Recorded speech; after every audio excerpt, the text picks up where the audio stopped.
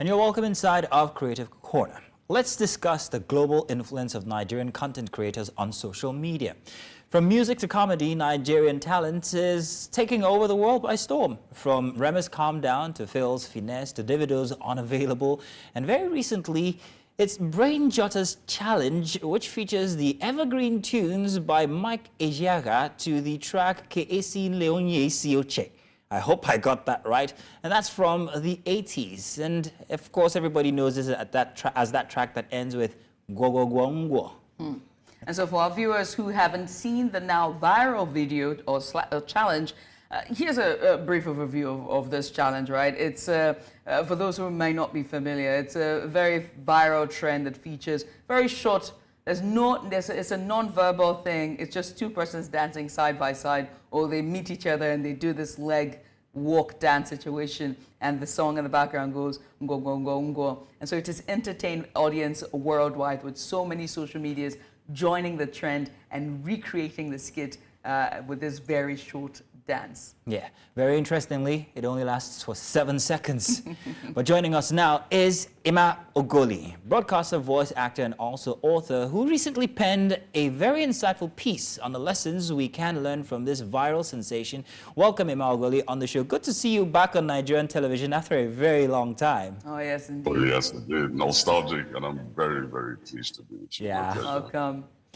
Please, Judith, if you can. Yeah. Well, ladies first. First of all, I read your piece, and can I just say, you highlighted very key lessons on there. So let's start with the very first lesson, which is thinking outside the box. A very short video, 7 seconds, no dialogue is going on, and they're just dancing. But you can very much catch on the comedy. But why is this still? Why is thinking outside the box still a very key part of creative superpower? Oh, yeah. Because that's the one thing that really permits creativity to express itself. To be creative is to be able to create. But what we do most of the time in almost every subsector of the entertainment industry is not really create, just follow through with what is currently trending and try to make our own version of it. So the copy and paste mentality is pretty strong. It's always been there in the entertainment industry. With the movie world, it's been there. Once one format is moving successfully, everybody's in there. Right now, it's a piano with the music world. Nobody's thinking about anything different. You know, if you close your eyes and listen to Nigerian music at the moment, you just take the voices away, you would hear the same sound from the start to the end of. If you want to play a 3-hour mix, you would hear the same sound.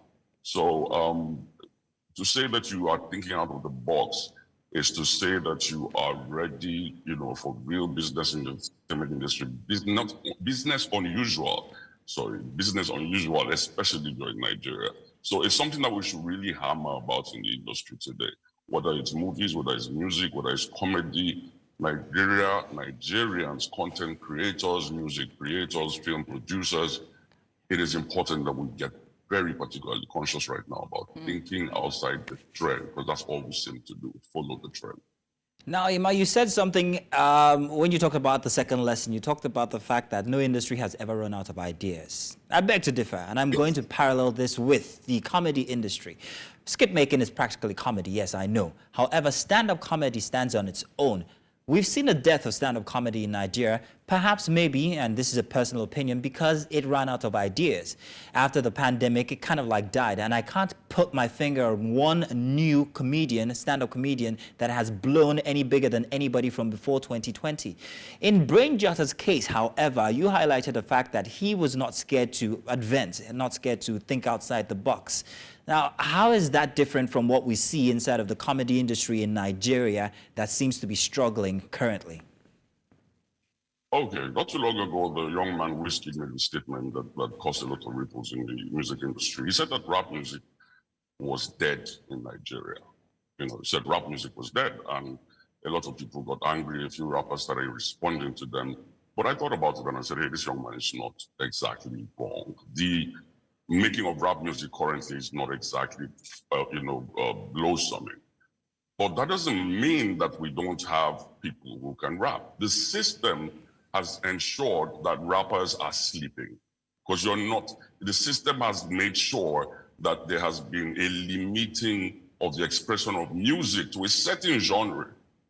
You know, so whether you're doing jazz right now, whether you're doing what Timmy Dakolo used to do, whether you're doing what Bears used to do, GT the Guitar Man, it's all dying slowly. Banky W, if you're not ready to be, you know, loud banging in the head at 2 a.m. in the club kind of music you're producing right now, you're wasting your time. So how that connects to your question is simple. It is not in the ability for something to happen. It's in the decision of the people not to go there.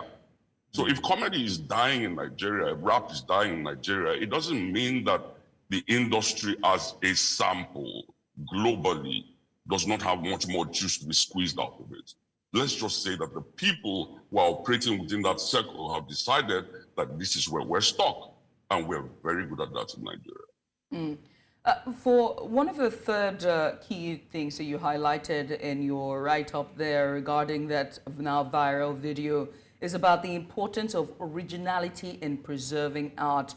And it also brings to mind a recent interview that Afropop or Afrobeats star, rising star Rema also made reference to us preserving our art to keep it original. I'd like for you to share more context to this when it comes to the overall global success of Nigerian art in its entirety. Okay, so we have this problem with I call it microwavable music, microwavable entertainment. You know, that toss it in the microwave and 2 minutes later bring it out. But see that whole marinating that takes place overnight when you have the chicken absorbing all of the stuff that you put into it before you put it in the oven at the right temperature for the correct number of time. It produces something totally different.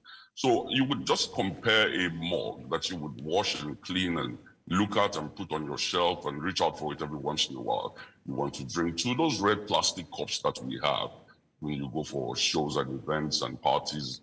And, you know, usually if you really feel like it, for every time you take a glass full, you can fling the cup away and get yet another one. So that's what we're doing with the kind of things we're producing right now. Nobody's really taking time to go and cook properly, you know, to have quality be part of what they present. So everybody's ready, like we said earlier, to hang on to what's trending and then give their, you know, quick version to it. And you will notice that what that is simply doing to us right now is that the lifespan of everything is getting shorter by the day. If even the comedy business, even the music business, even the movie business. So it's 1 month, 2 months, and then you're trying to remember the name of this artist. It's 1 month, 2 months, and you're trying to say, hey, where's that song anymore?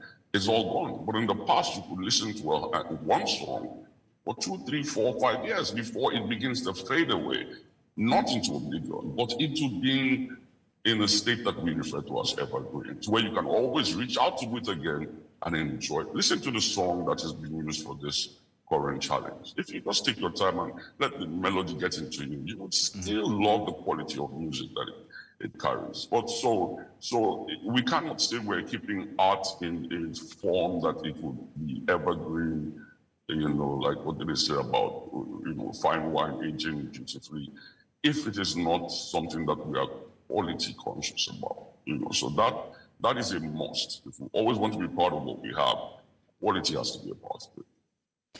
I want to say I agree with you when it comes to the lack of memorability when it comes to Nigerian art forms currently. But perhaps maybe that's because we've downgraded our art form so well that it becomes very relative and also at the same time very forgettable because it's very ordinary. However, you spoke about confidence in expressing creativity when it comes to the Brain Jotter instance. And Nigerian, I won't be surprised if I see this challenge being performed maybe by Shaquille O'Neal or you know what? I want everybody to see exactly what this is, how short it is, and how easy to replicate it might be. So let's take a look at what the video is like for just a few seconds. It only lasts a few seconds.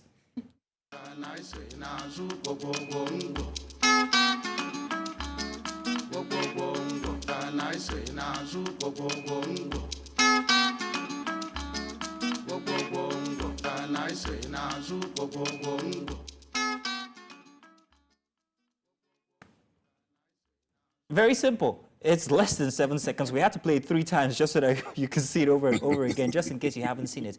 If you haven't seen it, you've definitely heard it. Not a word. Yeah, exactly. If you haven't seen it, you've heard that track. Now, there's so many things to unpack from those 7 seconds. First off, this is going to become very viral even outside of Nigeria. Shaquille O'Neal perhaps might be the next person to replicate it. It might be maybe anybody from Will Smith to Tiger Woods, or maybe even Obama. Yeah. I don't know. However, there's potential there. Are Nigerian creators taking advantage of this landscape that they find themselves currently? Do you think we're taking enough advantage? Very unfortunately, I do not think so. There's no current translation to global attention from that into the fostering or the improvement of the home base of an industry. In fact, there really is no industry in the technical, serious sense of the word. And globally, it's interesting that you would mention this, and I think it's very timely for those who are into the content of the comedy business with content on the internet. They are actually standing at the verge of global recognition. It has started, but it's going to be much bigger. So it's about time that they began to think outside the box, not about creation this time, creativity this time, but about the entire business and the whole idea of being accepted by the world. They can begin to think as, they keep their production local, but their marketing has to change its mentality to begin to think more about the international market. Very unfortunately, I don't think we're ready for that. That's one. And two, like you said, exploiting what we have right now, I don't also think that we're doing that. In terms of royalties, for example, they are randomly played almost everywhere and anywhere. It's for entertainment. If you walk into some stores and shops, even here in the US, many times you would walk into many stores, especially African-based stores, and you would find that all that you're playing or watching is a back to back of skits from Nigeria, and it is in stores that belongs to all kinds of African countries. I mean, this is not translating to anything back there for them. And but more importantly, they need to. We talked about Trevor Noah earlier. Trevor is a South African, but he has the mentality of an international on-air personality. That's a big difference. So if we were to begin to export what we're having now into the world out there, how much of our people are ready to be relatable? So what they need to understand is now content is about to move from providing content to mean getting something that's funny and interesting to watch to getting something that is globally relatable. But at the moment, to be very direct to answering your question, we're not ready, but that's where we're headed. We're headed to big time global recognition. And we hope that as we head to that direction, we're able to even influence on a larger scale with our original content that is undoubtedly and unashamedly Nigerian. But Ima, many thanks for coming on, and thank you so much for sharing your insights with us this morning. My pleasure.